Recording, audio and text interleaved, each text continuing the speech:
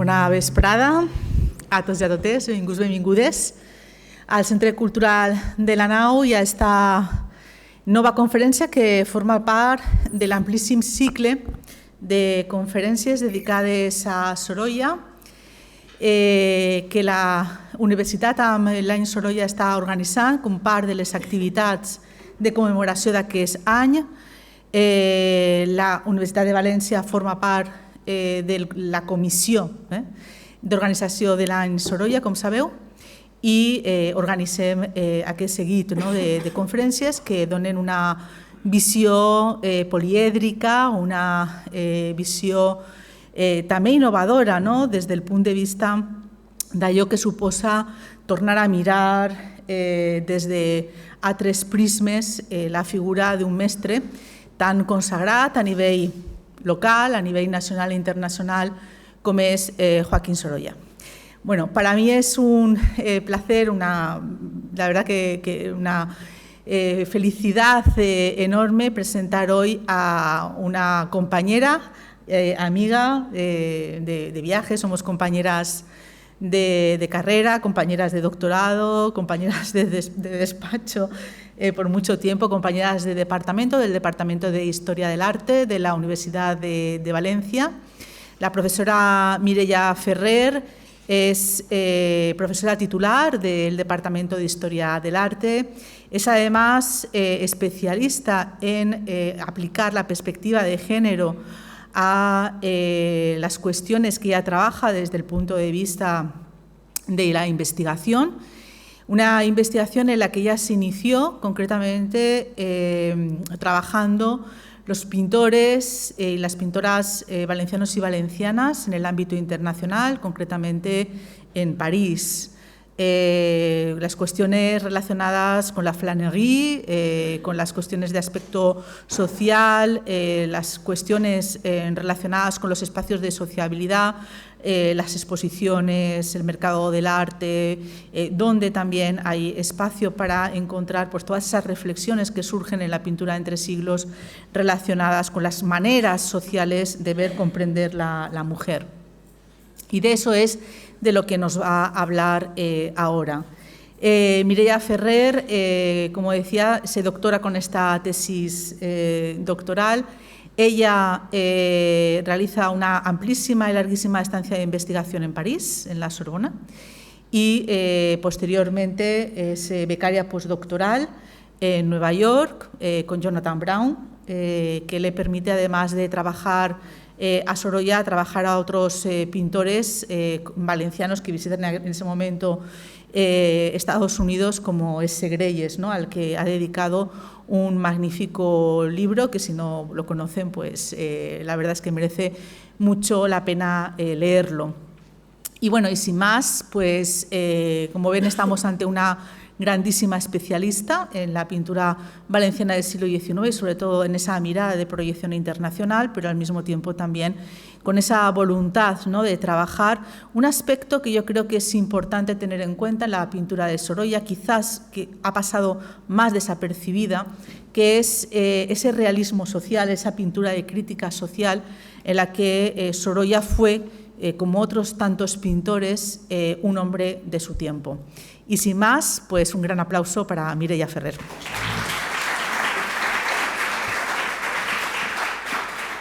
Bueno, muchas gracias. Bueno, en primer lugar quiero agradecer a Esther Alba la invitación y a ustedes pues por tomarse la molestia de venir. Bueno, yo voy a comenzar esta conferencia en la que efectivamente me voy a centrar en el Sorolla más crítico, el Sorolla más social, Por tanto, lamento decirles que si han venido a ver al Sorolla de las escenas de playa, el Sorolla complaciente, no me voy a dedicar no voy a centrar en ello la conferencia. Pero estoy segura que les va a interesar y que después de esto, pues bueno, su visión de Sorolla será otra. Me van a permitir que comience esta conferencia que bueno, tiene aproximadamente dura un poco menos de una hora. Si me extiendo más por lo que sea, tú me haces así, me levantas la mano, o si quieren se levantan y se abandonan la sala. Bueno, me van a permitir que comience esta conferencia con este extracto de Émile Zola, del escritor naturalista francés. Es un extracto de un texto que él escribe que lleva por título La novela experimental, en el cual Zola explicaba cuál era o cómo debía ser el escritor de la época, cómo se debía enfrentar a la creación, ¿no? A narrar las historias que narraban. Y cuando lean novelista, ¿vale?, conmigo, quiten novelista y pongan pintor, porque es lo mismo, ¿vale? Van a apreciar que la manera de operar es la misma. Decía, el novelista está hecho de un observador y un experimentador, en una palabra. Debemos operar sobre los caracteres, sobre las pasiones, sobre los hechos humanos y sociales, como operan el químico y el físico sobre la materia inorgánica, como el fisiólogo opera sobre los cuerpos vivos. Es la investigación científica, es el razonamiento experimental el que reemplazará a esas novelas de pura imaginación por las novelas de observación y experimentación. Pues eso es lo que va a suceder durante la segunda mitad del siglo XIX, tanto en la literatura como en la pintura. Por eso, a lo que me voy a referir es a un movimiento, a una corriente que se denominó realismo de denuncia social o naturalismo de denuncia social, una corriente desarrollada, como digo, durante esta segunda mitad del siglo XIX. Decía Guillermo Solana, director del Museo Thyssen de Madrid, que comisarió esta exposición sobre los realistas de Madrid del siglo XX, y él decía, el realismo no es solo una cuestión de precisión visual, sino de fidelidad a la vida. ¿Qué quiere decir? Que el realismo no es solo una manera de representar en el arte, no es solo algo que tiene que ver con representar de manera figurativa, saben que la manera opuesta es la abstracción, no es solo eso. El realismo es una manera de ser fieles a la vida. Y les pondré un ejemplo para que no andemos o divaguemos en abstracto. Les pondré este ejemplo, que bien se ve en la pantalla, de un pintor belga, Alfred Stevens, que estuvo en París. Fíjense, la fecha es 1855, porque el realismo en Francia se desarrolla con unas décadas o con anterioridad a España. Es una pintura que se llama Lo que llamamos vagabundos. Y si se fijan, hay una mujer con sus hijos que es llevada a presidio, a la cárcel, en concreto. Soldados llevan a la cárcel a esta mujer por delito de vagabundeo, a una madre. Una escena semejante es narrada por Víctor Hugo en sus diarios. Esto es otra cuestión que es interesante recalcar, la concomitancia, la unión entre literatura y pintura en este momento. Los pintores se van a inspirar en los escritores y los escritores se van a inspirar en los pintores. En el largo muro gris, ahora volveré a la imagen, carteles evocan las especulaciones inmobiliarias de la época, desahucios, expropiaciones, ventas y los placeres de la buena sociedad, baile. Por tanto, estamos en el contraste de esa sociedad de clases, ¿no?, que representa a la segunda mitad del siglo XIX. Los diversos grupos sociales que conviven en el espacio urbano se encuentran aquí yuxtapuestos. Stevens, su objetivo es precisamente denunciar la miseria de las ciudades y el tratamiento cruel reservado a los indigentes. Esto es el realismo de denuncia social. Este es el pintor que, como decía Émile Zola, observa la realidad y la plasma. Como el médico observa los cuerpos, como el físico o el químico observa las sustancias orgánicas, etc.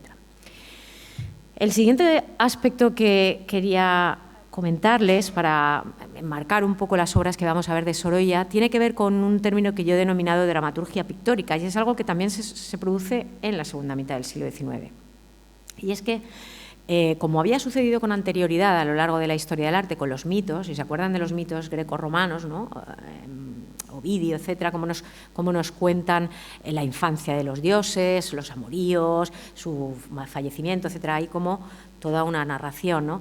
Algo que también sucede en la Edad Media, si lo piensan, con la hagiografía. La hagiografía es la historia de los santos, de tal suerte que podemos ver obras en las que se nos narra, pues, la infancia de Santa Catalina o su martirio, o esa secuencialidad, ¿no?, se nos van narrando. Esto mismo sucede en el siglo XIX, pero con personajes seculares, personajes de la sociedad. Entonces, lo que se produce es que en este periodo de la modernidad va a narrarse o se van a narrar las historias con esta misma secuencialidad, estructuras narrativas con un inicio, un desarrollo y un final. Esto está muy relacionado con un fenómeno que también se desarrolla en este periodo, que es el fenómeno del folletín, ¿no? En este momento la literatura va a aparecer en prensa y en revistas gráficas ilustradas por folletos. De hecho, aquí tienen, por ejemplo, esta obra de Émile Zola, La bestia humana, y si se fijan aparece en esta revista, La vida popular, y aparecerá cada miércoles y cada sábado 16 páginas del texto. De tal manera que la sociedad de la época estaba familiarizada con este acontecer, con este contar en fascículos. Y esto es algo que la pintura copia. ¿Vale? Conocen esta obra, ¿verdad? Bueno, pues vamos a desentrañarla como el médico y el físico, ¿no? Es una obra que Sorolla pinta en 1892, una obra que se llama Otra Margarita. Sorolla aquí está haciendo referencia a una temática que se había venido desarrollando durante toda la segunda mitad del siglo XIX, que son la temática de las mujeres caídas. ¿Qué es una mujer caída? Una mujer caída era una mujer que se manifestaba por oposición a la buena madre y la buena esposa. Es decir, una mujer caída es lo contrario a una buena madre y a una buena esposa. Una mujer que se torcía o que se tuerce del camino deseado del matrimonio y que por eso constituía un peligro para el orden social y moral. En el relato de todas estas mujeres caídas que van a aparecer en este momento, existía un espacio para la redención. Piensen, por ejemplo, en María Magdalena, ¿no? Esta mujer que se redime del pecado, etcétera, del perdón de Jesús, etcétera. Aunque en la mayoría de dramaturgias que vamos a encontrar, lo que se nos muestra es un cierto ensañamiento con estas mujeres, precisamente para aleccionar, para transmitir un mensaje moralizante, un mensaje ejemplarizante. Y a finales del siglo XIX, a veces también con un mensaje de denuncia social, como es en el caso de Sorolla. Estamos frente a esta temática, que no es nueva en la historia del arte. Cristo y la mujer caída, ya hemos hablado de María Magdalena, pueden hacerse una idea de la tipología de personaje o mujer al que me estoy refiriendo. Lo que pasa es que el realismo del siglo XIX traslada este modelo de la mujer caída, que hemos visto en bíblico, al mito, un mito que se crea en todas las literaturas, en todas las dramaturgias pictóricas europeas, de la mujer joven, pobre y sola en la ciudad, en las nuevas urbes, cuyo relato ahonda en el funesto destino, en el trágico destino que tienen todas ellas, ¿no? Así, estas mujeres jóvenes pueden ser representadas, o vamos a ver que son representadas en distintos instantes de su propia historia. En el momento del inicio, ¿no? El éxodo del campo a la ciudad, la vida en la ciudad, su proximidad a la prostitución, el rechazo social, el rechazo familiar, los hijos no deseados y el desenlace final. De hecho, para que entiendan cómo operaba, cómo se producía esta dramaturgia pictórica a la que me estoy refiriendo, aquí tienen distintas escenas representadas por distintos autores nacionales e internacionales que narran la historia de una mujer caída, ¿vale? Su traslado, el éxodo del campo a la ciudad, su difícil convivencia en la ciudad, ¿no? Los peligros que acarreaba estar sola en la ciudad, el infanticidio, el suicidio, la desesperación. De hecho, estamos frente a algo que el realismo lo que hace, en definitiva, es tomar una temática que se había cultivado a lo largo de la historia del arte, que era la temática de Eros y Tánatos, Eros amor, Tánatos muerte. En tanto en cuanto a estas mujeres caídas, su caída tiene que ver con el amor. ¿Por qué? Porque cometen adulterio, porque se enamoran de alguien de quien no deben enamorarse. Y ese amor deriva muchas veces en muerte por la situación desesperada a la que se confina a estas mujeres. Como digo, el realismo del siglo XIX lo que hace es fundir esta temática con la cuestión social. ¿Qué es la cuestión social? En el siglo XIX en España se denominó la cuestión social a la preocupación que existía en la sociedad por los sectores más marginales, por los sectores más desfavorecidos. De hecho, van a aparecer instituciones encargadas de velar por la vida de los proletarios, por la vida de los vagabundos, etcétera, etcétera. Sorolla pinta esto, 1892, otra Margarita. Es su primera obra de realismo social, la primera vez que Sorolla realiza esto. Y con ella gana la primera medalla o la medalla de oro en Madrid en la Exposición Nacional. Es premiado. Tiene además un carácter literario. ¿Por qué? Porque esta Margarita es la Margarita que forma parte de la obra del escritor alemán Goethe, Fausto, ¿saben? Esa obra de la literatura clásica. Y lo que narra, de alguna manera, es la relación entre Margarita y Fausto. En este caso narra cómo Margarita se ve abocada a cometer infanticidio, es decir, a asesinar el hijo nacido de esta relación incestuosa, porque no estaban casados, con Fausto. Por tanto, si se fijan, lo que hace Sorolla es inspirarse en la literatura, pero realizarlo desde un ejemplo social, ¿no? Como si estuviera mostrando un caso del momento. No es la primera vez que Sorolla trata este tema. Sorolla lo trata cuando está de becario en Roma, un joven Sorolla, al que la Diputación ha pensionado para ir a estudiar a Roma, y allí pinta esta obra que se llama Datemi un bacio, dame un beso. Posteriormente se le llamó El beso de Fausto. Y si se fijan, aquí lo que narra Sorolla es una escena bucólica, intrascendente, los amoríos entre Fausto y Margarita. Sorolla, sin embargo, al Sorolla de 1892 ya no le interesa representar esto, le interesa representar otras cosas. Y le interesa ahondar en otros aspectos. Por eso concibe la obra como una obra de realismo social. Voy a citar a Pantorba, que es el cronista de Sorolla, oficial, fue el cronista oficial, y él decía, la escena habíala presenciado Sorolla, según le había confesado el propio Joaquín Sorolla a Pantorba, a Bernardino Pantorba, en uno de sus frecuentes viajes de Valencia a Madrid. Obsesionado por el asunto, meditó largamente acerca de la forma que debía darle. En el estío de 1892, resuelto ya a pintarlo, llevó su caballete a la estación de ferrocarril del Grau y dentro de un vagón de tercera clase lo plantó, colocándose frente a los 3 modelos que con sobrio y sereno equilibrio expresan el tema. No más de 15 días invirtió Sorolla en pintar este cuadro, el primero de importancia en la cronología de su producción. Podemos creer a Pantorba, aunque efectivamente la mayor parte de la literatura artística siempre tiende a adulterar un poco la realidad, porque tal y como expresa esta autora, Linda Nochlin, en su estudio fundamental sobre el movimiento realista en el siglo XIX, ella decía, el modo realista de significación, la manera de representar realista, disfraza un hecho. ¿Qué hecho? Detrás de esto hay una producción. Debajo de esa falsa apariencia hay una producción. ¿Qué quiere decir esto? Que a pesar de que Pantorba diga que Sorolla fue al Grau y cogió un vagón de tercera clase y puso a los 3 modelos y se puso con el caballete y dice bla, bla, bla, bla, bla, bla, bla, esto no es cierto. Y no es cierto porque, como digo, esto se observa en los bocetos preparatorios de Sorolla, ¿no? Y Sorolla va tanteando. Y si se fijan, este es uno de los primeros bocetos, ¿no?, en los que representa, no sabemos si Margarita está en este momento en un vagón, si todavía está en el presidio del juzgado, donde la han juzgado y la han condenado por haber asesinado a su hijo, por haber cometido infanticidio.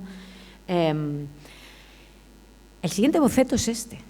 Es un boceto en el que, si se fijan, autógrafo, aquí, lo ven ahí en este lado, no pone otra Margarita, sino pone pobre Margarita. O sea que Sorolla ahí todavía se compadece más. Y es un boceto que habla mucho de cómo Sorolla va perfilando lo que quiere plasmar.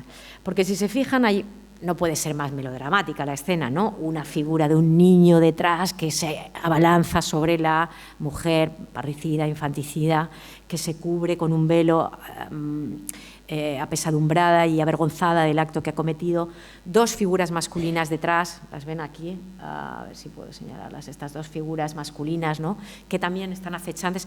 Hay como un escarnio, ¿no?, social hacia esta mujer por lo que ha realizado, ¿no? Y sin embargo, esta no es efectivamente la obra definitiva. La obra definitiva, como saben, es esta, la que está en el otro lado. ¿Qué es lo que ha hecho Sorolla? Sorolla ha eliminado de la escena toda la retórica melodramática, porque no la necesita. No necesitaba poner a un niño para que podamos intuir la desgracia que se ha producido. No necesitaba poner a dos hombres acechándola para que entendiésemos lo que sentía esta mujer, lo que se estaba produciendo en ese vagón de tercera. Por tanto, lo que hace Sorolla es, con los mínimos recursos, conseguir trasladarnos una realidad muy dura. Fíjense que lo único que ya no muestra una mujer que se cubre, o sea, pero ya la simple postura que adopta es una postura que ya nos transmite esa carga que lleva, ¿no?, ese peso que lleva esta mujer, ¿no? Un atillo son sus únicas pertenencias y con eso no necesita más. Sorolla, sin embargo, este cuadro que él denominaba, no le llamaba otra Margarita, le llamaba coloquialmente, cuando se escribía con Clotilde, con su mujer, o con Pedro Gil, o con las amistades más, con Blasco Ibáñez, etcétera, amistades más próximas, se refería a este cuadro como el vagón, ¿vale? Y estando en Madrid, estando expuesto el cuadro, ya ha obtenido, le han dicho que ha ganado la primera medalla de la nacional, él le escribe a su mujer, le dice: mira, el vagón me resulta antipático como todo lo que he visto en la exposición nacional. No le gusta, no acaba de gustarle. Pero efectivamente, si Sorolla es traslada este hecho, ¿es que acaso era el infanticidio un fenómeno tan recurrente como para que Sorolla dedicara uno de sus cuadros, su primer cuadro de realismo social, a este tema? O sea, ¿era el infanticidio realmente un fenómeno recurrente, abundante? Para ello me he basado en registros, en estadísticas de Francia, que tienen una cultura muy parecida a la nuestra, como saben, y que perfectamente se adapta a la realidad que se vivía en ambos países, ¿no? Y fíjense, como dice este autor, en 1903, de cada 10 crímenes de sangre que se producían, solo uno era un infanticidio. Solo uno.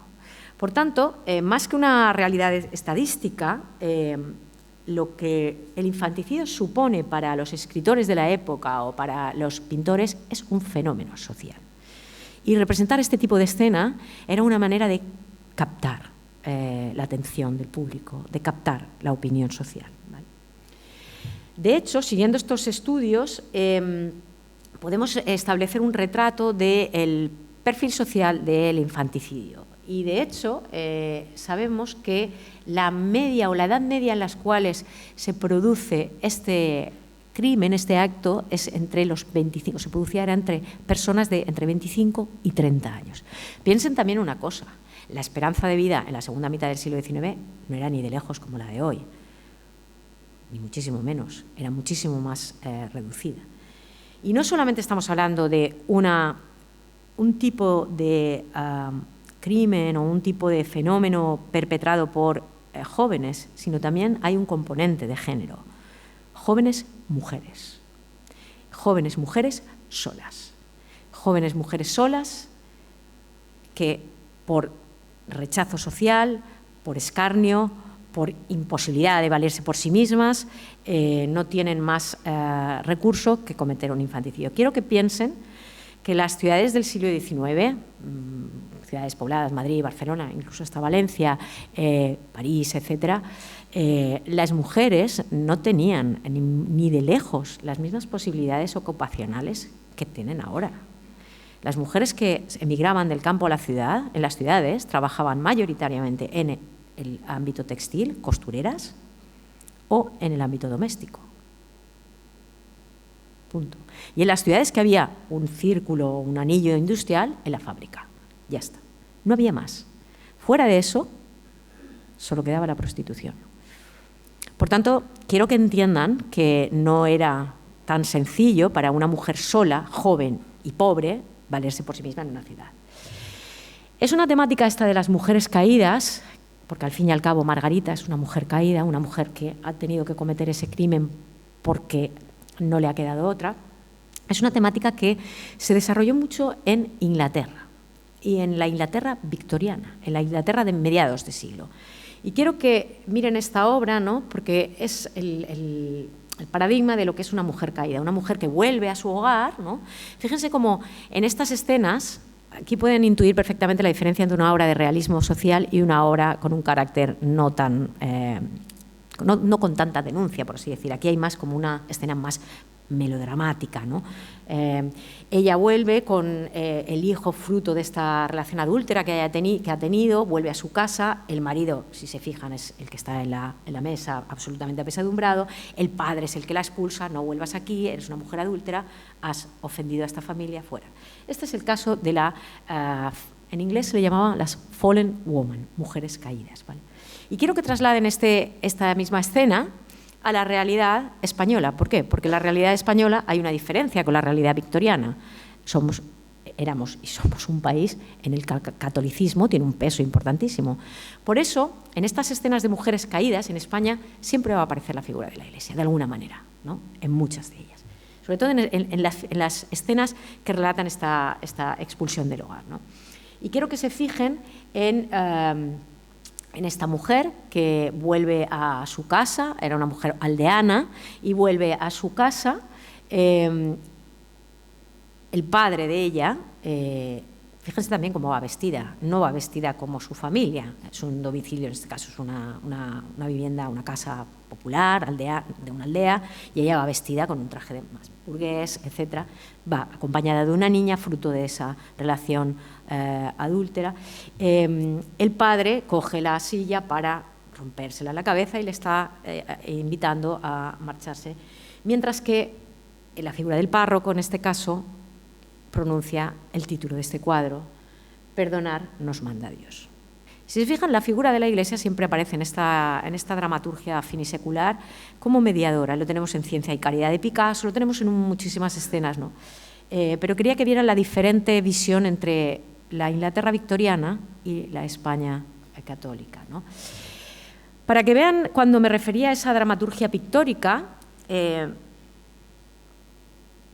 del siglo XIX y cómo la historia de estas mujeres va a ser narrada secuencialmente, vuelvo otra vez a Inglaterra, vuelvo otra vez a esa Inglaterra moralizante, victoriana, en la que la mujer tiene que casarse, tener hijos, etcétera, toda esta codificación, etcétera.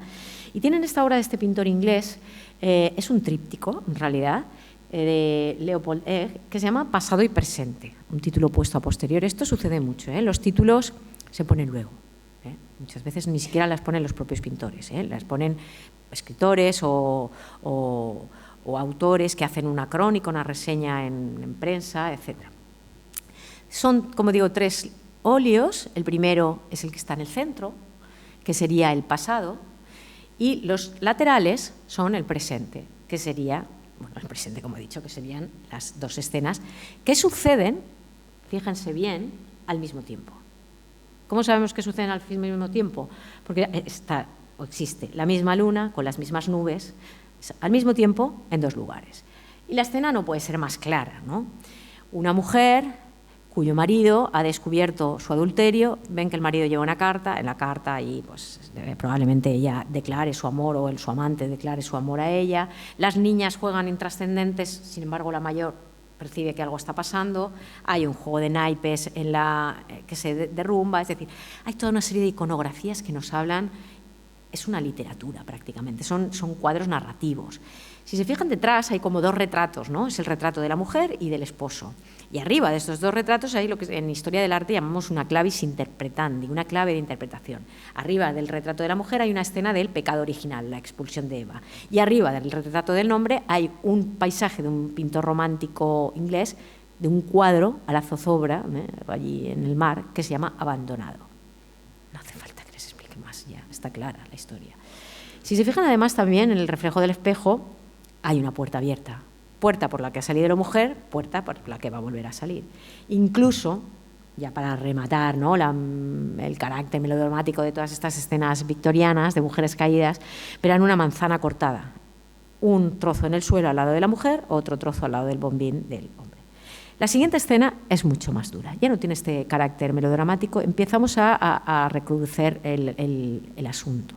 Y tenemos a las dos hijas del matrimonio, se han hecho mayores, la mayor va enlutada, el marido ha fallecido, ya no viven en un domicilio burgués, viven en una casa bastante más humilde, hay un telar y unos utensilios de costura y la hermana mayor mira a la luna preguntándose dónde estará su madre.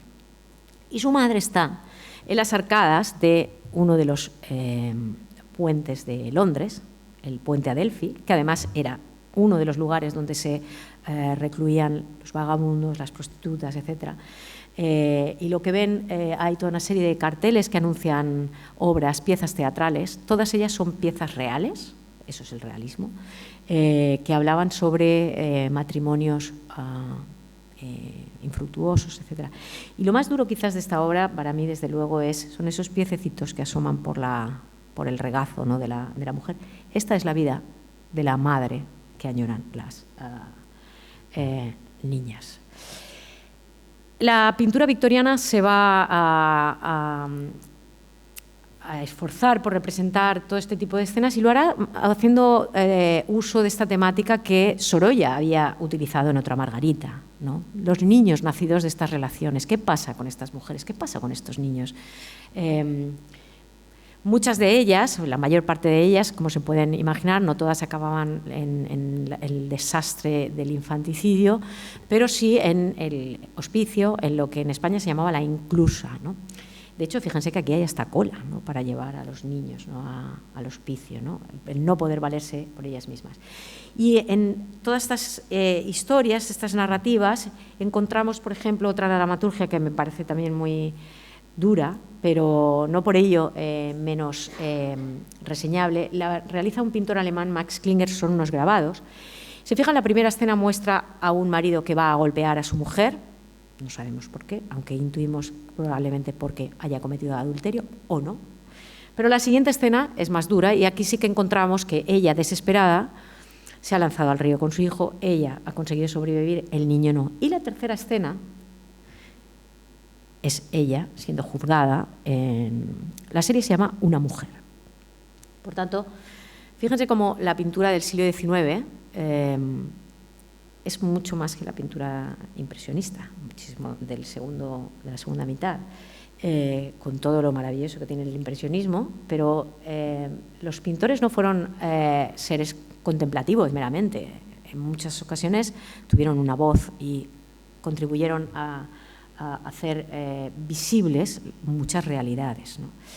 Esta obra me parece una obra, no les voy a explicar nada, es una obra de un pintor que se llama José Jiménez Aranda, que es amigo de Sorolla, es el pintor que pinta por primera vez una obra de temática de denuncia social, y justo unas semanas antes de que Sorolla pinte Otra Margarita, él acude a casa de Sorolla en Madrid, donde estaba viviendo entonces, y se ponen a hablar sobre la situación, sobre el cólera, Por tanto, quiero que piensen que los artistas en ese momento no vivían ajenos, eran seres preocupados por lo que veían. La última obra de este bloque es esta, que es de un pintor español que se llama Rafael de la Torre Estefanía. La obra se llama Inclusero. Inclusero, ¿por qué? Porque el niño es un inclusero, es decir, en los hospicios, en los orfanatos en los que se entregaban los niños en España se llamaban inclusas, ¿vale? Una obra en la que este autor, fíjense, gana la tercera medalla también en la Exposición Nacional, ¿no? Sorolla ya ha construido cultura visual. ¿Por qué? Porque si se fijan, sin estar la Otra Margarita, ya está en este cuadro. Y es la figura que ven al fondo. De hecho, el cuadro de Torre y Estefanía alude a aquella famosa parricida a través de la muchacha aquí sola y sin escolta, situada al fondo, cuyo gesto de abatimiento evidencia cierta culpabilidad ante la presencia de una nodriza de las que subsidiaba el Estado. El Estado pagaba a estas nodrizas, a estas madres de leche, para que amamantaran a los niños de los hospicios. Bueno, por tanto, fíjense cómo Sorolla es importante por muchos motivos, entre otros por crear nuestra cultura visual, ¿no? Esta figura de la Margarita queda presente, latente en el imaginario de la época y en el posterior. 92, 95, 3 años después, en 1895, Sorolla pinta esta obra. Es la segunda de las obras a la que me referiré en esta conferencia. La obra se denominó Trata de Blancas, también se la conoció como Trata de Clamor, por el clamor que suscitaba la situación de estas mujeres pobres, abocadas a prostituirse en la época. No lo voy a referir yo, voy a dejar que sea la pluma de Blasco Ibáñez quien hable de este cuadro, porque entre otras muchas cosas se cree que fue el propio Blasco Ibáñez quien dio nombre a este cuadro, Trata de Blancas. Decía, Trata de Blancas ya no es obra de un colorista, sino de un pintor de talento que sabe pensar y sentir. Es la creación de un novelista que en vez de pluma usa pinceles. Hay todo un libro en aquel vagón de tercera, miserable y sucio, iluminado por el agonizante farolillo y la cruda luz del amanecer en el cual se amontona el rebaño de mantón y el pañuelo de seda, con las caras tristes que aún conservan vestigios del colorete del lupanar del prostíbulo, llevando sus gastados y mancillados encantos de un mercado a otro, agotándose en plena juventud y esclavizadas eternamente a la vieja alcahueta, rabanada del vicio que las contempla con mirada dura, pensando lo que podrá producirle aún ese saldo de carne enferma. Trata de blancas. Eso es trata de blancas. Se fijan la alcahueta, cómo mira a estas mujeres jóvenes, jóvenes que han emigrado del campo a la ciudad, jóvenes que se ven abocadas a la prostitución. Bien, es un tema, como les digo, que forma parte de estas mujeres caídas y estamos en el inicio, ¿no? Casi en este... Porque a pesar de que Blasco Ibáñez diga que sí, que ya llevan el colorete, no sabemos si efectivamente es el momento en el que se trasladan del campo a la ciudad, si es el momento en que se trasladan de una ciudad a otra. En cualquier caso son mujeres a las que su falta de recursos abocan a cometer, o en este caso a ejercer la prostitución. Pero encontramos bastantes obras en las que se observa también este traslado, ¿no? Este éxodo del campo a la ciudad, estas mujeres solas que van a ser el pasto de estas desgracias, ¿no? Seculares. Y por eso mismo, porque están solas en la ciudad, atraen la mirada, ¿no? Como dice esta cita, de los literatos, de los pintores, ¿no? Quiero ponerles esta obra porque ustedes todos recordarán a Degas, Edgar Degas, por el pintor de las bailarinas. Y nuevamente siento tirarles el mito al suelo. Pero Degas pinta otras cosas como esta. Probablemente el título Degas no fuera tan literal. Como digo, los títulos se ponen a posteriori. El título seguramente sería Interior, ¿vale? El título de Violación es un título seguramente puesto después. Pero es una obra en la que Degas, sin ningún tipo de tapujos, narra la historia de muchas y muchas y muchas mujeres que emigraban de las provincias a París y que en París se dedicaban a la costura. Se llamaban las grisettes o las lorettes, porque la mayor parte vivían en el barrio de Notre-Dame de la Lorette. ¿Cómo sabemos que es una costurera? Pues porque volvemos a encontrar un montón de elementos que hablan de ello. Fíjense el dedal encima de la mesa, no lo pueden percibir porque es tan pequeñito, pero hay unas tijeras, un dedal, hay como una especie como de encaje, hay como una tela dentro de lo que es la maletita de la costurera y hay muchos elementos que no hace falta que les explique. Hay un elemento que es muy dramático, que es una mancha de sangre en la cama, que es una metonimia absoluta de cómo una joven queda truncada de por vida por las difíciles condiciones en las que estaba y porque no se ve más resuelta que a tener que prostituirse.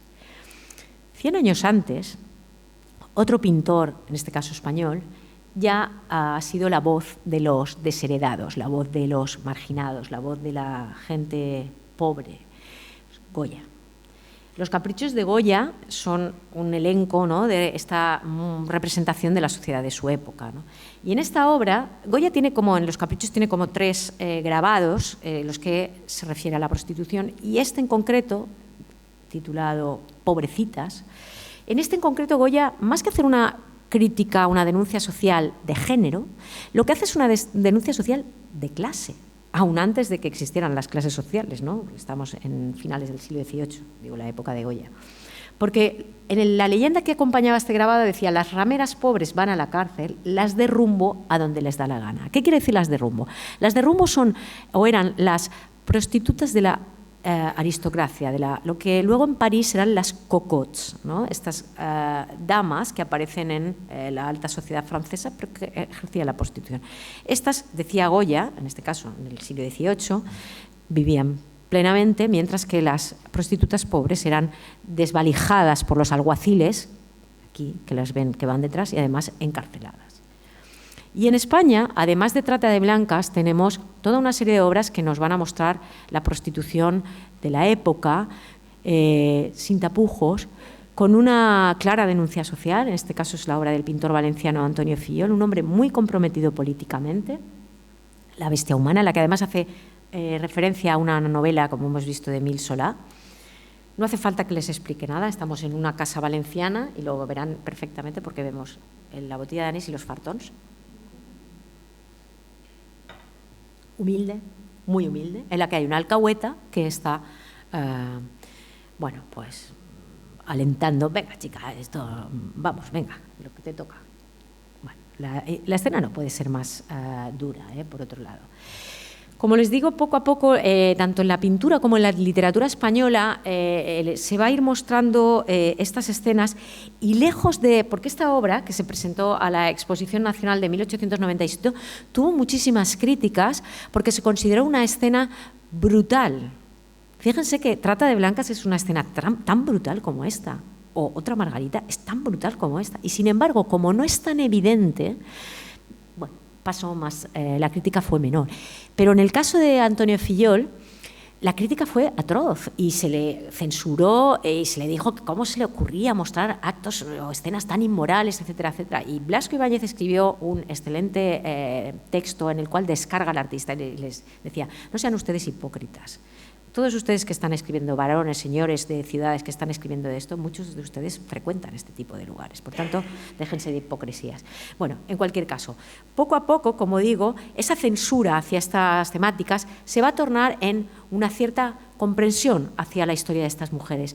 Y de hecho, si se fijan, a pesar de que vean esas caritas detrás, ¿no?, sonrientes, ¿no?, que es ya como esta iconografía que aparece a principios de siglo de la femme fatale, ¿no? Horror. Yo no me interesan nada las otras, me interesa la esclava. Aunque las otras también lo sean, pero no me interesa la manera en que Gonzalo Bilbao, el pintor sevillano, ha representado a esas mujeres. Me interesa esto. Como también me interesa esta escena que representa Gutiérrez Solana. Estamos ante un artista que forma parte de la generación del 98 madrileña. Este tipo de pintura, igual que la literatura de esta época, se le llamó el tremendismo, ¿no? Mostraban ese Madrid de los bajos fondos, ¿no?, como Ricardo Baroja, como Pío Baroja, los dos hermanos, con esta crueldad. Y como les digo, cada vez van a haber más voces que denuncien la situación y que consideren a estas mujeres víctimas sociales, ¿no? Por ejemplo, en la prensa La Justicia, ¿no?, una prensa además de corte socialista, por así decir, decían: estamos frente a mujeres hermosas o frente a una mujer hermosa a quien el hambre y la miseria obligan a buscar en la inmoralidad los recursos que la sociedad debiera proporcionarle por su trabajo. Eso es todo. De hecho, en los estudios que se hicieron sobre la prostitución en Madrid, estadísticamente, estas escenas no se alejan para nada de ese retrato social de las jóvenes que se veían abocadas a la prostitución. El 90% de las mujeres que ingresaban en instituciones de redención, después de haber estado años marginadas en la prostitución, incluso acabar en el alcoholismo, el 90% eran solteras y jóvenes. El 60% había emigrado de zonas rurales a Madrid. Había un alto porcentaje de huérfanas, solas, y la actividad más común de todas ellas era el servicio doméstico o el trabajo textil asalariado. Son las jóvenes del vagón de Sorolla. De hecho, en esta institución, en el archivo, podemos hallar que en el archivo, las cuentas del archivo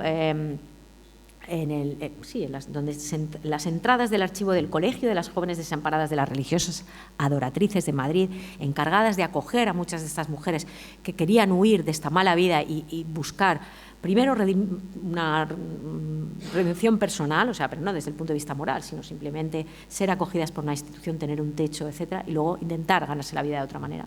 Venía en el epígrafe de al lado, ponía un nombre y siempre pone mujeres que viven mal. De hecho, ese vivir mal, vuelvo otra vez, retrocedo a la Inglaterra victoriana, lo muestra la pintura británica, en este caso en esta revista ilustrada inglesa, que tienen con el epígrafe en el comienzo, el final. El comienzo de la caída de estas mujeres caídas que cometen adulterio, bien porque lo cometen estando casados o porque de solteras se lanzan a tener relaciones fuera del matrimonio, etc. El final es este. En 1898, Sorolla le escribe a su amigo Pedro Gil y le escribe una carta y le dice: mira, estoy tan dolorido, me llega tan hondo las tristezas de mi país que he llegado a un estado de abatimiento que ni pinto, ni como, ni vivo a gusto. Sorolla, esto es una opinión personal, pero me voy a aventurar a decirla, no es un hombre comprometido políticamente, no es Antonio Fillol, pero es un hombre comprometido socialmente. Es decir, en Sorolla no encontraremos el combate político, ideológico, por ejemplo, de Vicente Blasco Ibáñez, que saben que forma un partido, el blasquismo, etcétera, una corriente política, etcétera. El propio Antonio Fillol era un hombre muy vinculado al ideario socialista, etcétera. Sorolla no lo es, pero es un hombre muy poroso a su ambiente.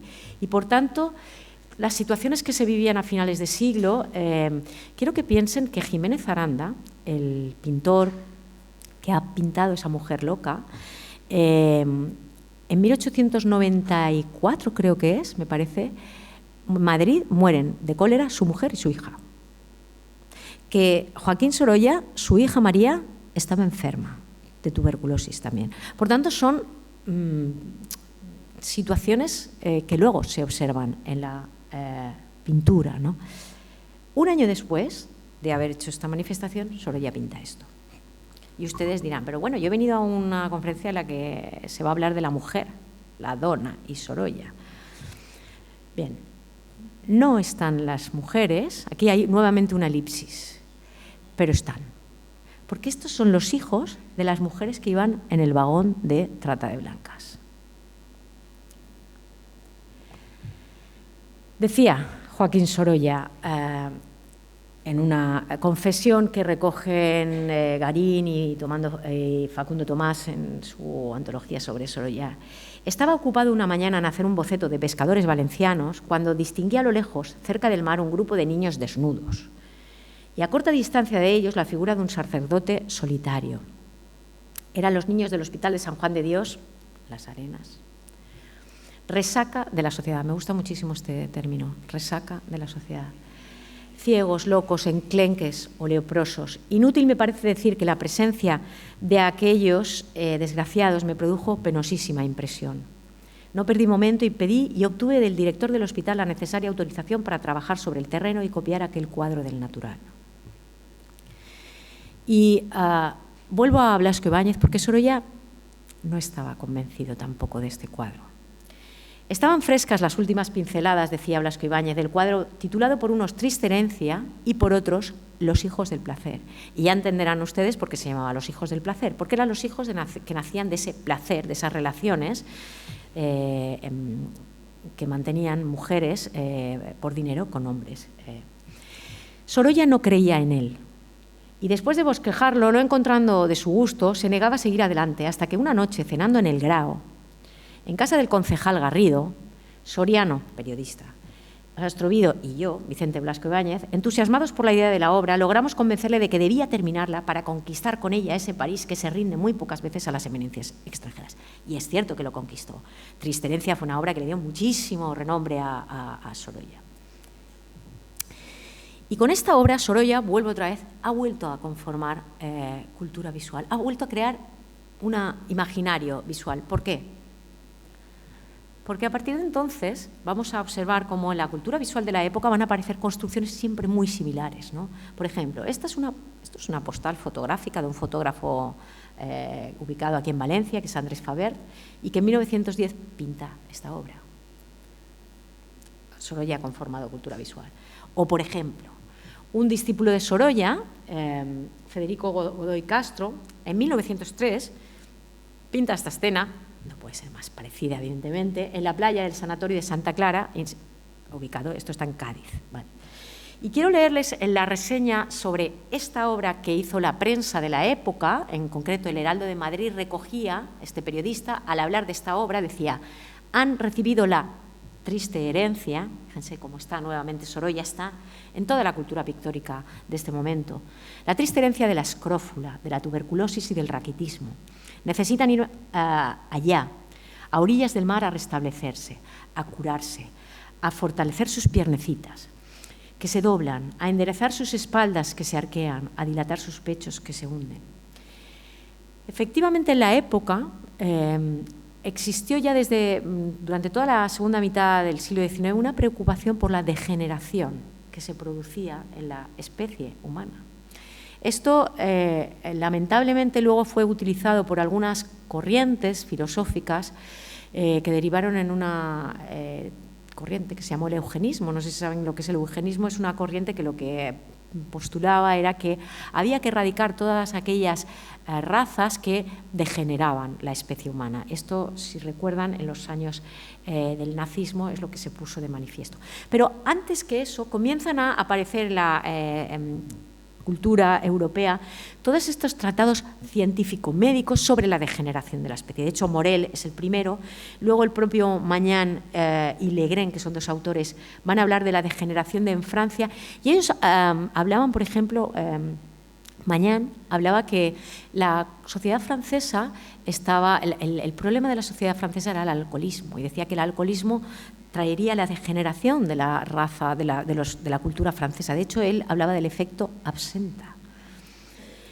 Incluso algunos estudiosos científicos de la época, como los italianos Lombroso y Ferrero, llegaron a escribir esta obra que se llamó La mujer criminal y la prostituta, en la que ellos, fíjense, hacían esta aseveración: la prostitución es el equivalente de la criminalidad en la mujer. Lo que la criminalidad es en el hombre, la prostitución es en la mujer. O sea, la forma específica bajo la que se manifiesta la degeneración de la degeneración de la mujer. Y la degeneración de la mujer es la degeneración de su descendencia. Triste herencia. De hecho, Lombroso y Ferrero llegaron a hacer estudios de carácter científico-médico, estudios antropológicos. Ellos consideraban que era posible hacer un retrato físico de la degeneración, es decir, que determinadas características físicas, antropométricas, podían hacer que se identificaran a los criminales, a las prostitutas. Es decir, que determinados rasgos físicos, a veces de raza, ¿vale?, podían determinar su riesgo de criminalidad o su tendencia a la prostitución en el caso de algunas mujeres. Esto es real, ¿eh?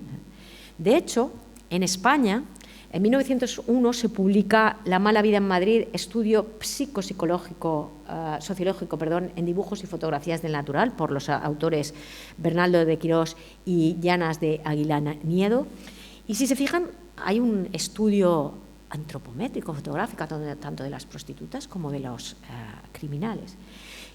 Algunos autores consideran un estudio, si se fijan, en el que había toda una serie de literatura, y no digo literatura, sino estudios científicos, ¿no? Las mujeres prostitutas tienen estas características, etcétera, etcétera.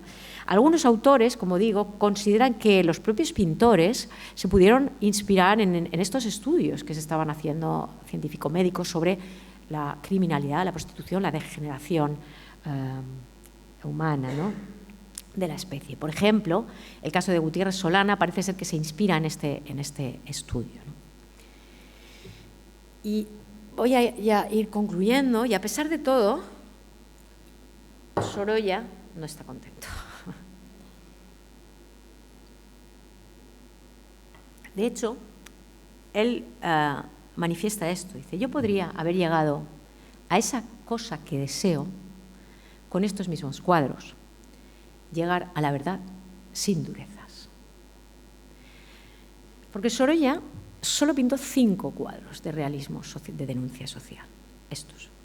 Ya no volvió a tratar este tema. Luego pintó pintura naturalista, pintó realismo, la recogida de la uva en Javia, las pescadoras, etc. Pero cuadros de denuncia social, solo estos 5. Otra Margarita, trata de blancas, y aún dicen que el pescado es caro, Triste herencia y Los pimientos.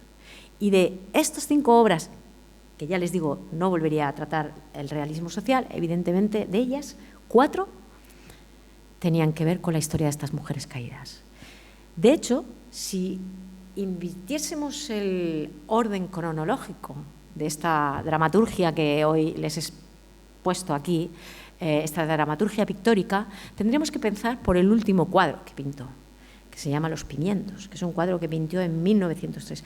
Un cuadro sobre el que es muy difícil especular, porque no hay más que esta niña que está friendo en una pequeña casa muy humilde, casi una choza, unos pimientos, y hay una figura de un hombre mayor cuya actitud no es muy...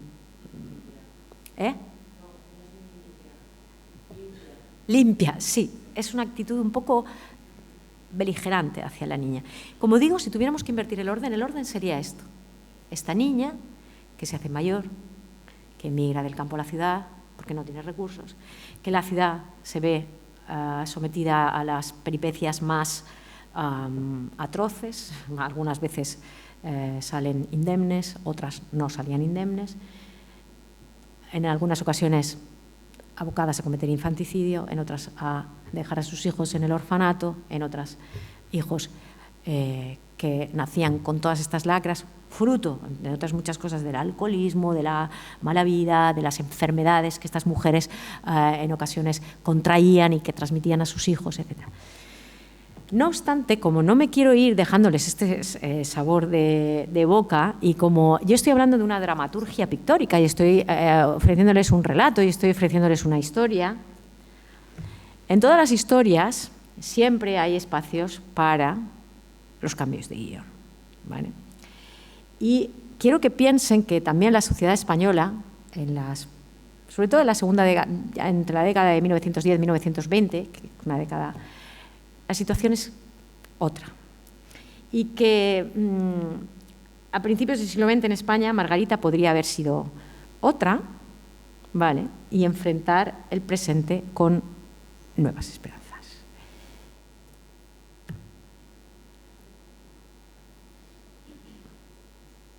Bueno, pues muchas gracias.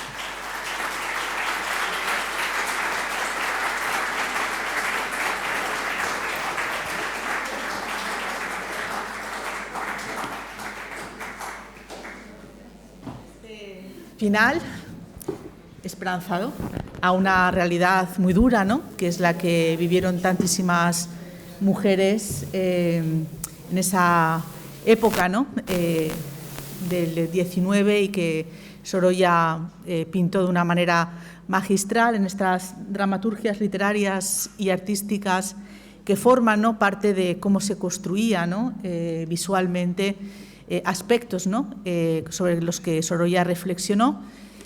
Pues abrimos un turno de intervenciones a los aquí presentes para, bueno, pues si quieren hacer alguna pregunta. Es evidentemente un Sorolla muy diferente al que estamos acostumbrados, son cuadros que conocemos, pero sobre los que se ha reflexionado no con este calado, ¿no?, y con esta profundidad y con esta problematización que la profesora Mireia Ferrer ha trasladado, pero que nos hace sobre todo reflexionar, ¿no?, sobre cómo esas nuevas miradas proyectadas sobre la historia del arte tienen tanto que decir y tanto que contribuir para conocer mucho mejor no solamente el arte, sino también las realidades, ¿no?, sociales, en las que evidentemente el arte se inserta como un elemento más, como una herramienta más de transmisión, en este caso cultural. Así que es el turno de ustedes para que pregunten. sin miedo. No, tampoco tienen por qué preguntar, ¿eh? Yo quiero decir que he cerrado el círculo. Tampoco les he dado mucho margen para preguntar. Solo quería decirles que esta obra la pintó Sorolla en 1916. Y es una obra, yo no la conocía, la vi hace poco, la han vendido en Sotheby's y pertenece a la familia, creo que es de Blanca por Sorolla, me parece. Y es una obra, pues eso, que contrasta mucho, ¿no?, con lo que les he mostrado, ¿no? Pero la sociedad es así, y las sociedades eran así y a veces lamentablemente siguen siendo así, ¿no? Y en 1916, pues en España evidentemente no se habían conseguido todavía muchos derechos por parte de las mujeres, pero estaban en camino muchas cosas. Ya existía la institución de libre enseñanza, existía como un panorama. Evidentemente las clases más desfavorecidas seguían viviendo otra realidad, pero a mí me parece muy esperanzadora. Esta pintora enseguida me llamó la atención, porque enseguida vi toda el relato. Muy bien. Pues pregunten, por ahí.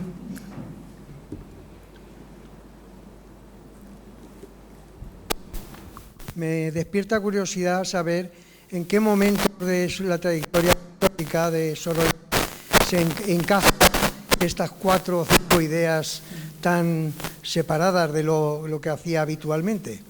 Y si eran obras de encargo, ¿en qué momento de su trayectoria? Bueno, no sé si es relevante. Sí, no es nada relevante, absoluto, es totalmente pertinente. Es la década de los 90. Piensa que Otra Margarita es 92, Trata de Blancas 95, Tres Terencia 99 y Los Pimientos 1903, es la más. Estamos en la década de los 90. Pues es un Sorolla que ya no es el joven Sorolla, porque el joven Sorolla vive en la década de los 80, ¿no? Y cuando se va a Roma, etcétera.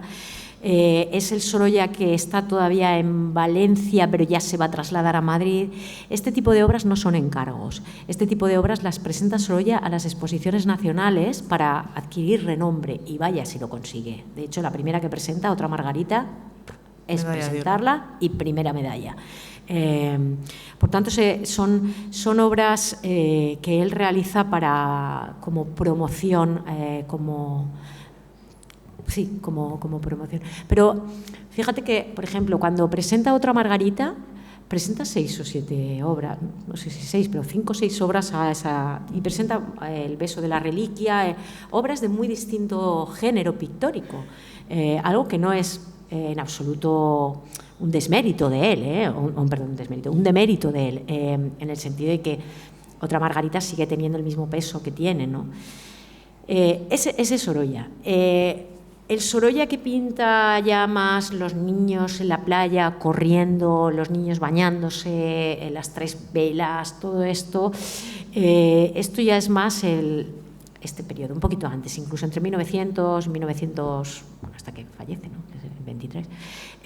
Ese es el periodo del Sorolla más playero, por así decir.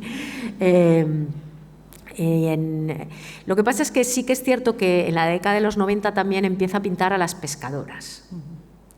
Pero claro, las pescadoras están pintadas con un tratamiento en el cual todavía no hay una denuncia social, pero sí que hay una manera de mostrar, ¿no?, la vida de estas mujeres, de dignificarlas. Que eso es algo que también hace el realismo, ¿no? Dignificar a estas trabajadoras, el mundo del trabajo. El mundo del trabajo, efectivamente. Por eso pinta también, aún dicen que el pescado es caro, ¿no?, a la sazón con Blasco Ibáñez, ¿no?, que saben que forma parte de casi el final de Flor de Mayo, ¿no?, ese momento, ¿no?, que pinta Sorolla. No sabe quién influencia a quién, ¿no?, porque están allá el tuntún pintándolo entre el 94. Si Sorolla a Flor de Mayo, si Flor de Mayo a pero ese es el momento, el momento es ese. Y de todas formas, es lo que le había comentado antes, Sorolla, yo creo que es un pintor, a él le resultaba, por eso cuando lees su correspondencia y lees cuando habla con su mujer o con sus amistades, etcétera, estos cuadros de esta dureza social a él mismo le producen por eso no se siente cómodo. Él dice, necesito pintar sin llegar a estos asuntos tan duros. Yo creo que él también se quería proteger, pero sin embargo los pinta. Algo que debemos de agradecerle, por otro lado, porque ha pintado obras sin las cuales la historia de la pintura española y en algunos casos de la pintura internacional, Triste herencia, por ejemplo, luego no, y con anterioridad, tanto Kreuer como toda una serie de pintores escandinavos van a utilizar mucho esta temática de playa, ¿no? A la sazón, ¿eh? No diré que Kreuer lo hace antes que Sorolla, esto ya da igual, pero sí que es cierto que Sorolla, gracias a estos cuadros,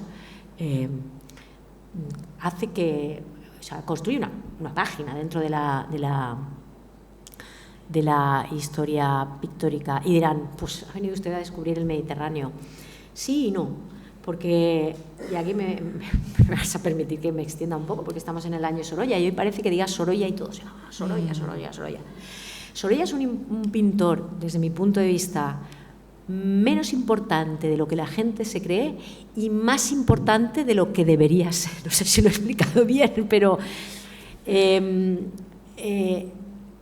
yo creo que a Sorolla se lo ha considerado mucho por determinadas temáticas. Se le ha considerado que es un pintor importantísimo por esas temáticas, y Sorolla es un pintor muy importante, pero por otras cosas. No sé si me he explicado. Totalmente de acuerdo. Y esto es importante. O sea, la luz en Sorolla es... Bueno, no hace falta que les diga nada, ya tienen ustedes vista y lo ven. Pero yo les invito a que intenten traspasar ese mito del iluminismo valenciano, el iluminismo sorollista, porque Sorolla es un pintor muchísimo más interesante que solo su luz, ¿vale? O sea, es un pintor que, como digo, tiene una preocupación social, es un pintor que utiliza el color de una manera, bueno, aquí lo pueden ver, y conforme se hace más mayor, de una manera como muy contemporánea, ¿no? Muy simbolista, muy nave. Sí. Y eso, sin embargo, no atrae. Eso, sin embargo, no hace grandes colas. La gente hace grandes colas para ver determinadas obras de Sorolla y la agrupa, tal. Fantástico, fenomenal. Pero Sorolla es más que un pintador de mujeres valencianas, y que lo es. Es mucho más que eso. Y es una pena que muchas veces se haya como patrimonializado a Sorolla con esas temáticas y con esas dramaturgias y con esas... Y Sorolla es un artista mucho más interesante por muchos más aspectos.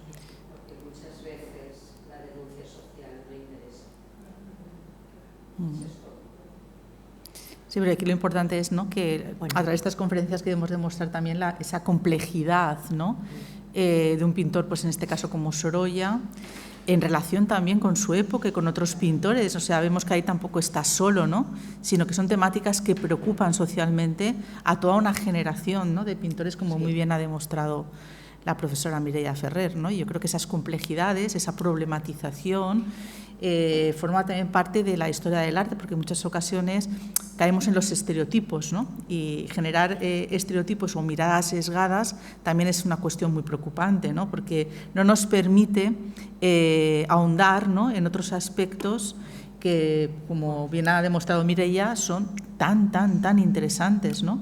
Yo, cuando ha hecho esas relaciones, que yo no conocía, ¿no?, porque eso es producto de su investigación personal, yo le tengo que agradecer, ¿no?, que nos ofrezca una conferencia, que no es una conferencia, digamos, de carácter divulgativo, sino que lo que ha hecho es arrastrar aquí consigo años de investigación, como bien ha demostrado, ¿no?, trabajando la pintura victoriana, los casos franceses, la literatura, ¿no?, esa comparación, ¿no?, constante que se produce en esta, ¿no?, digamos, verter, ¿no?, lo literario en lo artístico en lo literario, y que, pues bueno, da también pie en muchas ocasiones, que eso es lo que le decimos muchas veces a los alumnos, que hay veces que pensamos que está todo escrito en la historia del arte o en la historia en general, sobre todo cuando hablamos de los grandes pintores, ¿no?, Sorolla, Goya, etcétera, pero que a veces lo que es importante es cambiar la mirada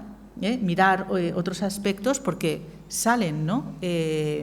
Perspectivas de análisis tan interesantes como la que hemos tenido hoy la oportunidad de contemplar y tan duras, ¿no? Pero es que la sociedad del 19 era dura y sobre todo dura para esas mujeres que iban a la ciudad, que iban solas. Y yo le he escuchado a Mireia otra conferencia que dio en el Prado, que es un tema que a mí me interesa mucho, me pareció muy sugerente, que es el tema de las costureras, de las loaguettes francesas, ¿no? Que lo has tratado, ¿no? Así como un poco más de pasada en esta conferencia, pero que es todo un género, ¿verdad?, artístico muy interesante. Y de hecho no es casualidad que, por ejemplo, esos primeros feminismos, que no son los sufragismos ingleses, sino que son las mujeres del sansimonismo o las fueristas de los socialismos utópicos franceses, surjan precisamente del ámbito del textil, de la industria textil y del mundo de las costureras, que es muy curioso porque las sansimonistas se llamaban a sí mismos las sin sombrero, cosa que después las republicanas en España van a retomar como concepto, ¿no? Y estamos hablando en 1850, etcétera. Y otras cuestiones que también son interesantísimas, que son las del determinismo biológico, que bueno, pues, Émile Zola, germinal, ¿no? Como muy bien has comentado, el alcoholismo, bueno, es que hay muchas... Sí, luego hay otra cosa, Esther, que a raíz de lo que comentaba, que el realismo o la denuncia social no interesa. Pues entonces es no entender a Sorolla, porque Sorolla era un realista. Sorolla era un pintor naturalista, no era un pintor... Sorolla no pintaba... Bueno, al principio pinta pintura de género, etcétera, más complaciente, etcétera, pero Sorolla era un realista. De hecho, las cabezas que pinta para la pensión de la Diputación, bueno, le dicen que son unas cabezas, que eso tiene un realismo extremo, y los profesores, mismos profesores que le juzgan, o sea, le dicen que eso, que no tiene que ser tan realista. O sea, que el propio Sorolla sabía que lo que estaba haciendo, que no lo hace... Es cierto que en algunas ocasiones en todos los pintores observamos que se cogen un poco a las modas, a las tendencias pictóricas. Y es verdad que en la década de los 90 en España llega toda la pintura de denuncia social. Pero en el caso de Sorolla es que no hay más, es que hay que leerlo y es que hay que verlo. O sea, es que lo hace porque lo siente y lo hace porque lo ve y lo hace porque... Entonces, sí, la denuncia social no interesa, pero entonces... es no conocer a Sorolla, porque Sorolla es un pintor naturalista, es un pintor realista, y no digan es un pintor impresionista, porque los impresionistas son unos señores que se reunieron en Francia, hicieron una serie de exposiciones juntos y ya se ha acabado. El resto son pintores naturalistas que pueden utilizar el color como lo hacía Monet. Entonces, lo que pasa es que se habla de Sorolla impresionista. Sorolla es un pintor naturalista, pinta la naturaleza magistralmente, pero... Sí, ¿preguntas? Yo quería comentar una cosa. Sí, lo comentaba, ¿no? Mireia, que está ese otro Sorolla que utiliza no solo la luz, sino otras herramientas, ¿no?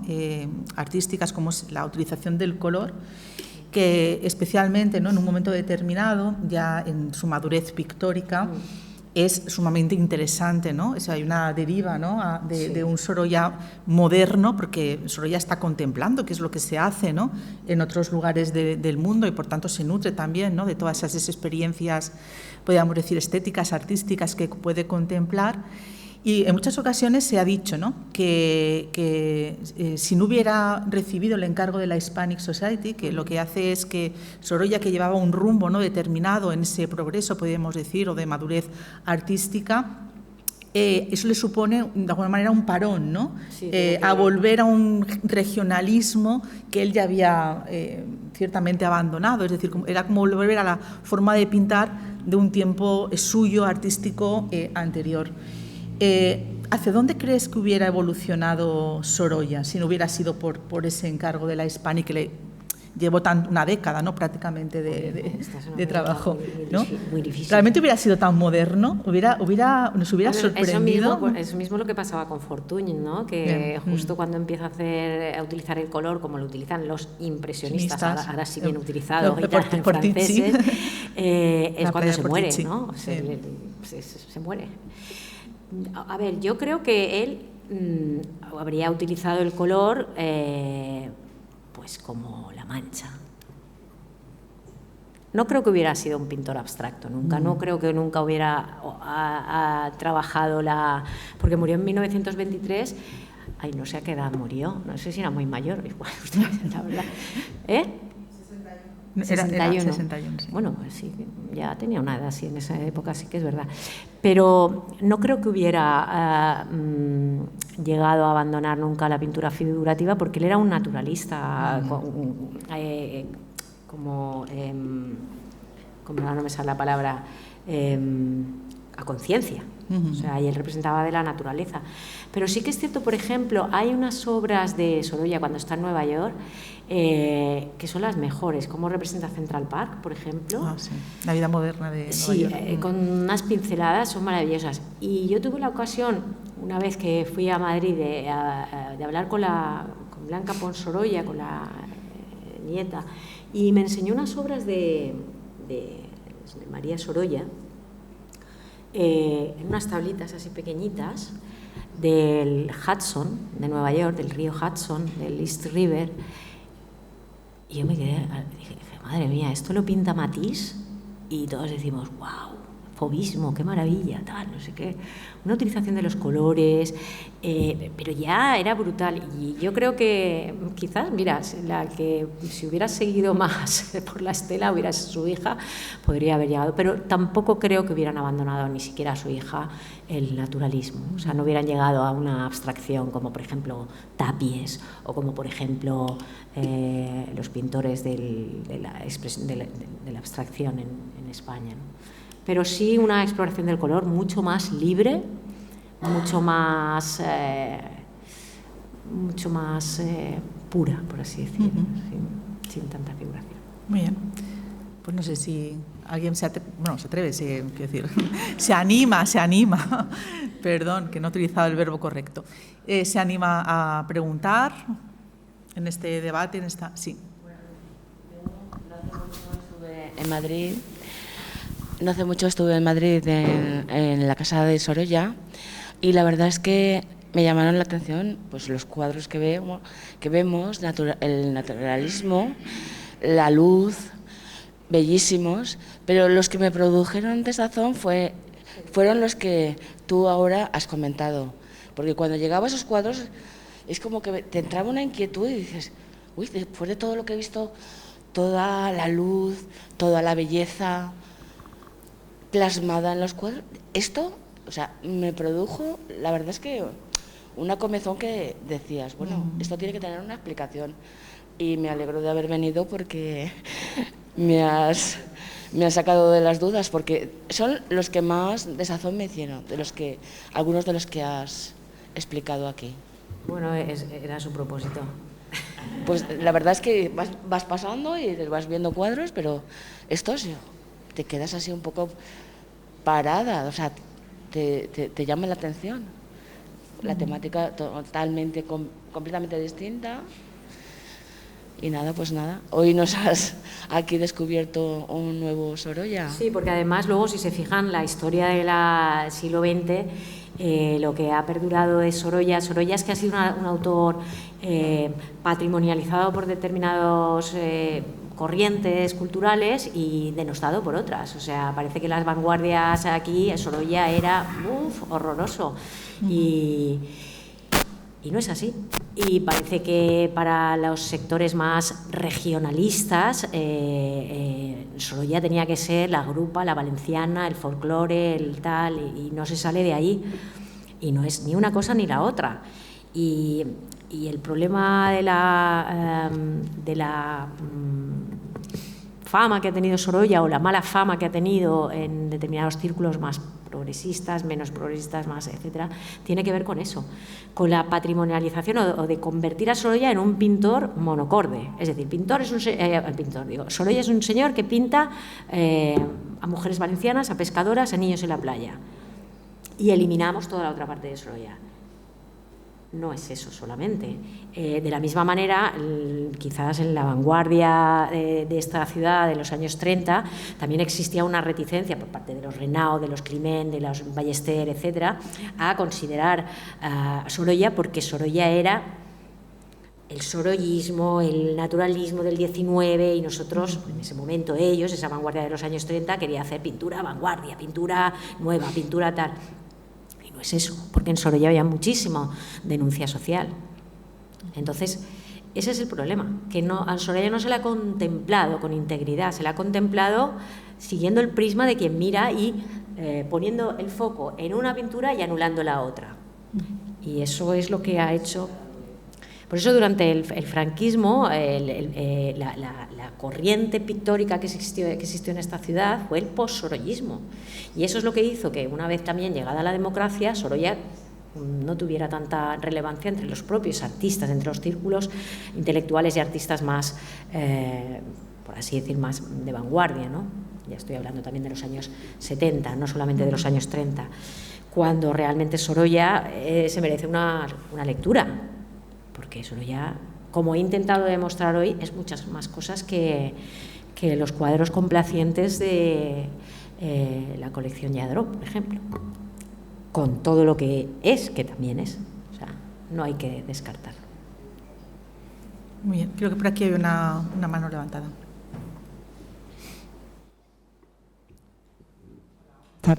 Buenas tardes, gracias Mireia, Esther.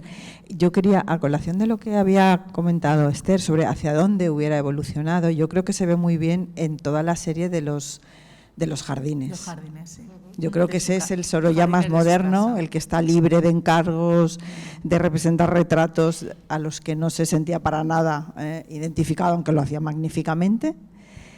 Pero yo creo que ese es el Sorolla realmente que era ya libre y de pintar, porque esos jardines que hace, bueno, su casa, su propio jardín para pintar, o todos los jardines que hace de los patios andaluces, de la Alhambra, es que ahí es puro color, entonces ya no prescinde absolutamente de toda imagen figurativa que no sea la naturaleza que se mezcla con el agua, con la luz, con las albercas, y que prácticamente desaparece todo más que el color, ¿no? Yo creo que ese es el Sorolla más puro. Porque ahí está preocupado exclusivamente por la forma, por el formalismo, por los pigmentos, la luz, el color, el claroscuro. Está preocupado por la forma. Ahí es un pintor total y no está preocupado por el qué, el fondo, el qué tiene que pintar. No está preocupado o acuciado por tener que pintar una temática o por tener que reproducir esto exactamente, o tener que reproducir a las mujeres de la Alcarria para el señor Huntington, que le ha pedido tropocientos cuadros para la Hispanic Society, que el pobre Sorolla al final muere exhausto de pintar para este hombre y del mercado, y etcétera. Claro, efectivamente, porque al final Sorolla, y lo dice ahí, en la última, cuando dice que se siente incómodo y que quiere llegar a la pintura verdadera para Sorolla es eso, al final, los pigmentos, etc. Lo que pasa es que Sorolla también es un artista poroso. Cuando hablamos de porosos, y cuando digo porosos, es una persona que mira a su alrededor y ve la sociedad en la que vive, y por eso tiene una etapa en la que se dedica a hacer ese tipo de representaciones. Y ya cuando llega un momento de su vida, pues decide desprenderse de eso y convertirse en lo que denominaríamos un pintor total. Es decir, un pintor preocupado única y exclusivamente por cuestiones plásticas. Muy bien. ¿Sí? Pues si no hay más preguntas, pues muchísimas gracias a todos, y continuamos en septiembre con las conferencias que hasta verano del 24 tenemos en torno a Sorolla, desde estos prismas y perspectivas distintas, que lo que nos ayudan es a tener una imagen mucho más completa, como vemos, de un pintor tan importante como fue Sorolla. Así que muchas gracias. Muchas gracias.